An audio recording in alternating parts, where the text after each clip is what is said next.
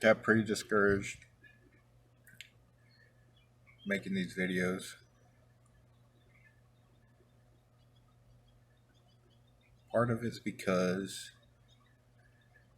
of the situation I'm in. But I guess things happen for a reason. I used to say that all the time.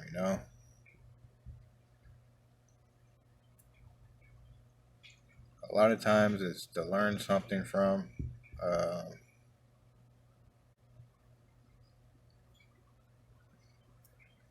so things happen for a reason. So I'm in a situation where I'm trying to figure out the reasons for why I'm in the situation I'm in.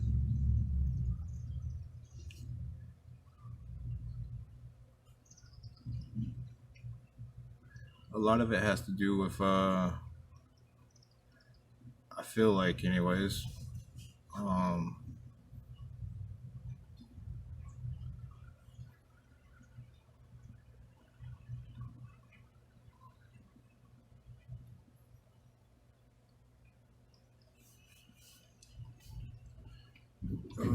my situation. Why am I telling you about my situation for? Why am I talking to you about this?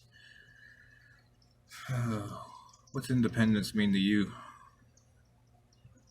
To me, independence is uh, doing everything for yourself, not having children do chores for you, not having women in the kitchen for you, but you yourself are more than capable of taking care of yourself. And that's what it means to be independent to me. Right now, I'm not in a very independent place of my life. I'm more dependent on my mother, uh, which is a weird situation on itself, just because my childhood, my upbringing or whatever, would be considered uh, that of a person who was mentally abused. It happens, you know. It's over with, and you can forgive as much as you want to, but uh, the mind only forgets when it's ready to forget. Um, and you forgive them as much as you want, but truth is, like, if it's still there in your mind, it's still messing with you. But that's the other thing I'm learning. Like, I gotta push that out and get on with myself. Uh, that's more to do with her issues she had, and basically my whole family has some issues, man. So what I gotta do is I gotta pull myself away from that, which it'd be a lot easier if I wasn't staying with my mother right now. What I am, and I have to, because I got diagnosed schizophrenic, and um, I lost my place. Bill collectors are always calling. I have to go to court for one of the bill collectors, which I can't really say much about that because, like, I mean, I'm not making any income right now. I have no finances. So it's like they're wasting their money for court fees and all that just to hear me say I'm still waiting on disability which I already told them this before. Like, I'm not going to be able to pay you until I get approved for it. And, like, I don't get updates, so how can I update them about what's going on? I could have told them I got a lawyer for it, but, um,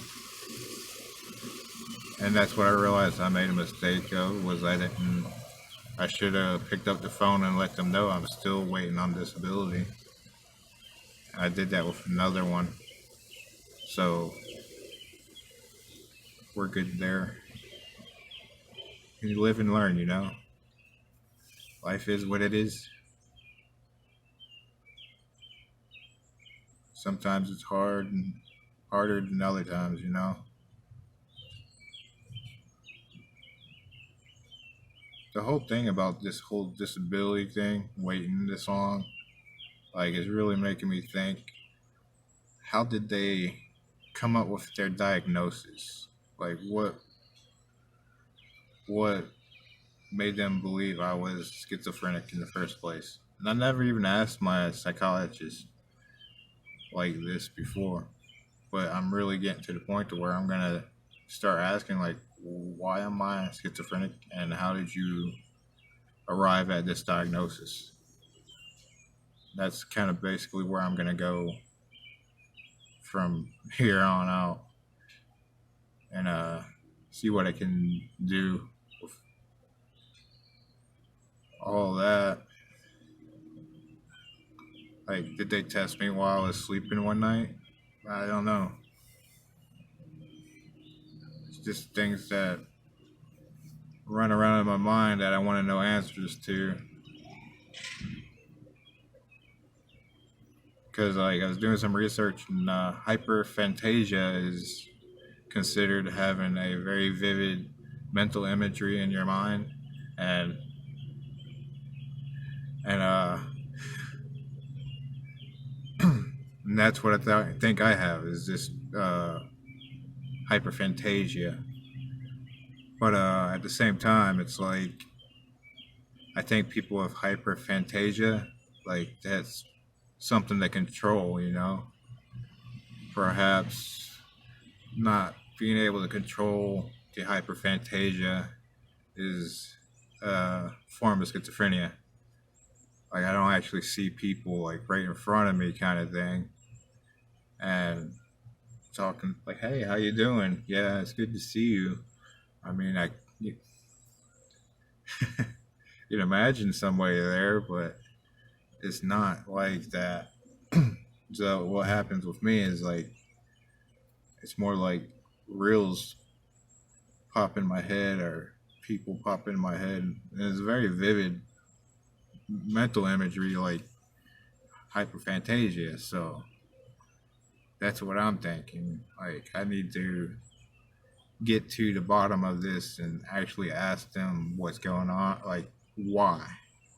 I need to know why. And I should have asked them that a long time ago, but my mind wasn't exactly.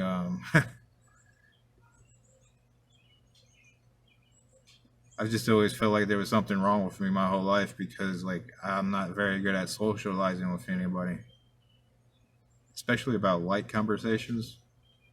Like, people start light conversations, and I don't know a clue about what they're talking about, and I just kind of like, okay, right on. I hear you there. Yeah, the little simple things like that. Like, I don't really know how to socialize so well. So, I mean, and that all in itself, I mean, that doesn't mean like I'm schizophrenic or whatever. Just,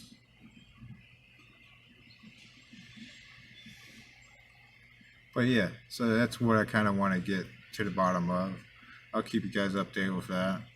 Uh, I go see my psychologist again on the 28th, so I'll be sure to give you guys an update about that. Oh, I did gain a lot of weight from all the pills that I take, and I gained like 70 pounds or 75 pounds, 70, 75 pounds. But it was like all fat. It wasn't like muscle or anything. I had stopped exercising. Like the medication makes you kind of, yeah, just, and I've had to force myself into exercising again and watching how I eat, when I eat, what I eat.